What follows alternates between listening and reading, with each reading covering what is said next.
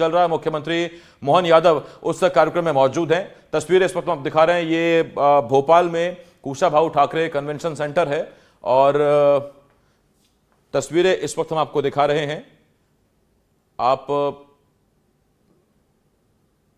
इन तस्वीरों को देख रहे हैं और एक संगोष्ठी का आयोजन है जिसमें मुख्यमंत्री पहुंचे हुए हैं। कार्यक्रम की औपचारिक शुरुआत हो चुकी है। तो तस्वीरें इस वक्त हम आपको भोपाल के कुशाभाऊ ठाकरे सभागार से ये तस्वीरें दिखा रहे हैं।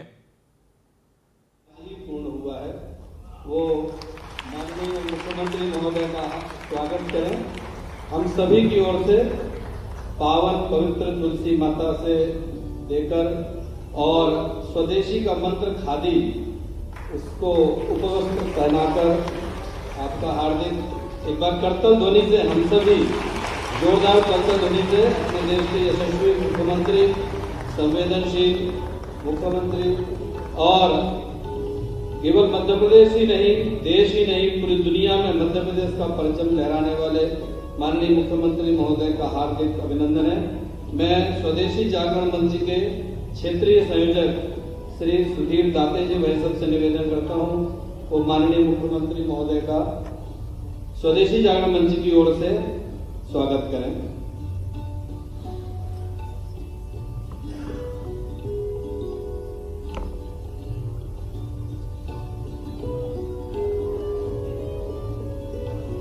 कुशाभाऊ ठाकरे सभागार में स्वदेशी से स्वावलंबन में सीएम डॉक्टर मोहन यादव इस विषय में अपनी बात रख रहे हैं। सुनते हैं। हमारे स्वदेशी जागरण मंच के अखिल भारतीय संगठन माननीय कश्मीरी लाल जी साहब आपको प्रणाम करता हूं, आपका अभिनंदन करता हूं। माननीय आर सुंदरम जी अखिल भारतीय संयोजक स्वदेशी जागरण मंच का आपका अभिनंदन करता हूं। डॉक्टर बकुल लाल जी और मंच के सामने मौजूद आप ही सम्मानीय अतिथिगण, स्वदेशी जागरण मंच और इस पूरे विचार के साथ स्वदेशी से ओतप्रोत भाइयों बहनों, पत्रकार साथियों, मित्रों, आज एक साथ दो सुखद संयोग है। आज राष्ट्रीय लघु उद्योग दिवस भी है। मेरी अपनी ओर से स्वदेशी के इस स्वावलंबन वाली कार्यशाला में उस भाव के आधार पर ये हमको ज्यादा सार्थकता प्रदान कर रहा है, उसके लिए मैं प्रदेशवासियों को बधाई देता हूँ। अब आज का समय तो इतना अच्छा है, वैश्विक स्तर पर हमसे ज्यादा हर एक कोई देशवासी इस बात को समझ रहा है कि आज के दौर में स्वदेशी के भाव को कभी कभी जैसे वर्षा ऋतु का लाभ मिलता है कि हमारे यहाँ आम समय की फसल के बजाय वर्षा ऋतु की फसल स्वतः केवल बीज डालने की जरूरत है, बाकी परमात्मा अपने आप बढ़ाता है। आज का अनुकूलता देश भर में ये है कि जैसे हमारे स्वदेशी के बीज का अपने आप बिखरा के फलता फूलता माहौल, वातावरण और हमारी उस भावना के बलबूते पर हमसे ज्यादा हमारे विरोधी चिंतित नजर आ रहे हैं। उनको समझ नहीं पा रहे कि करे तो करे क्या करे। लेकिन ये बात भी सही, सारे उलझे सुलझे प्रश्नों का उत्तर केवल एक हमारे लिए है कि जो स्वदेशी की भावना है और परमात्मा की दया है। हमारा कल्चर शुरू से ही एक इस बात से ही चलता है। सनातन संस्कृति के आदिकाल के समय से हमारे गांव आत्मनिर्भर, गांव के अंदर मैं जब 1992 के समय विद्यार्थी परिषद के सील प्रोजेक्ट में गया था, एक महीने जब हम अपने ट्राइबल की बेटी में घूमे, सच में मैं पहली बार उसमें आश्चर्य से हुआ कि उन्होंने कहा हम केवल नमक लेने नीचे जाते। मेरे थोड़ा हम अपन मालवा के लोग थे, हमने कहा नमक लेने जाते, बोले हम कुछ भी नीचे से नहीं लाते, बल्कि गांव के गांव भी उनका ऐसा कहना कि ये जो गांव हमारे जहां हम रहते हैं उस गांव के आसपास में जंगल, थोड़ी जमीन बना करके 10-15 साल उसमें रहते हैं। बाद में गांव का गांव सिर्फ हो जाता दूसरे और वो आनंद से लेते।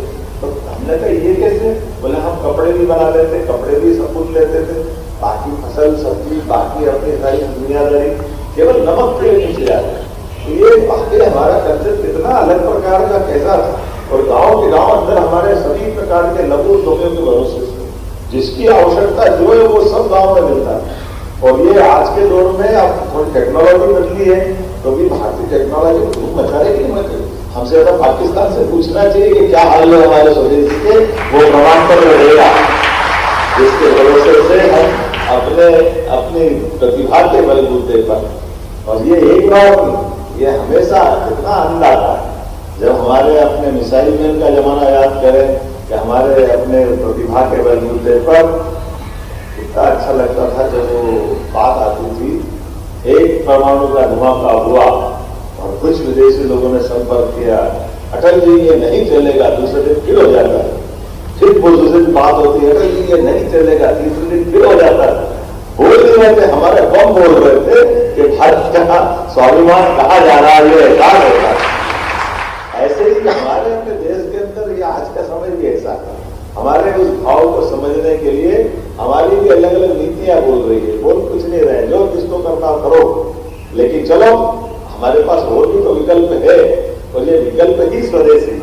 हमारी अपनी प्रतिभा के बलबूते पर इस देश ने अपनी जो भी एक पहचान बनाई, और खास करके कृषि क्षेत्र में हमारे सभी प्रकार के लघु उद्योगों को बचाने के लिए जिस ढंग की लड़ाई वाली देश लड़ रहा है, वाकई ये स्वदेशी से ओतप्रोत है। माननीय प्रधानमंत्री जी का अभिनंदन करें, श्री नरेंद्र मोदी जी का जोरदार अभिनंदन।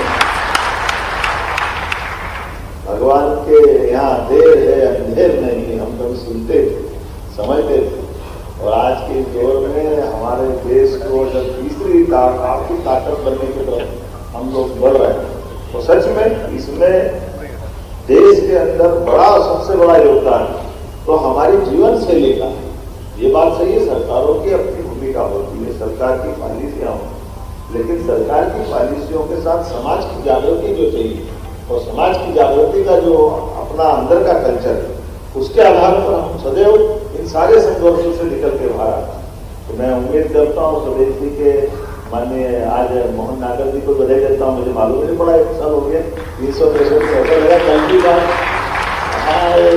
अभी अपॉइंट करा, लेकिन आपके माध्यम से आपका साथ देता तो मेरे तरफ भी आपकी बात ये भी बड़ा हो गया।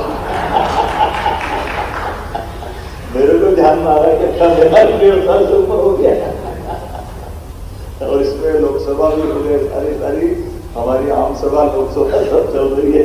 मैं मान के चलता हूँ कि ये आज माननीय स्मिला जी साहब यहाँ मौजूद है, सुंदरम जी मौजूद है, मुझे बताया गया कि कई सारे हमारे गोष्ठी में वक्तागण भी अपने अपने विचार रखने वाले हैं। जैसे मैं अपनी ओर से आप सबका मध्य सरकार की ओर से भी अभिनंदन करता हूँ, और ये विचार जरूर देता हूँ कि आपने और आपको सबके भाव से आज का समय वाकई ये और सार्थक है। आजादी के पहले से स्वदेशी के भाव के बलबूते पर हमने अंग्रेजों से भी लड़ाई लड़ी, और समाज को भी जागृत करने का एक बड़ा संघर्ष का इतिहास है। और स्वदेशी के भाव में ये अवरोध आते रहते, ये अवरोध समय अपने आप ठीक कर देता है। हमने आजादी की लड़ाई में भी जब तक गणपति जी नहीं आए तब तक आनंद नहीं आया।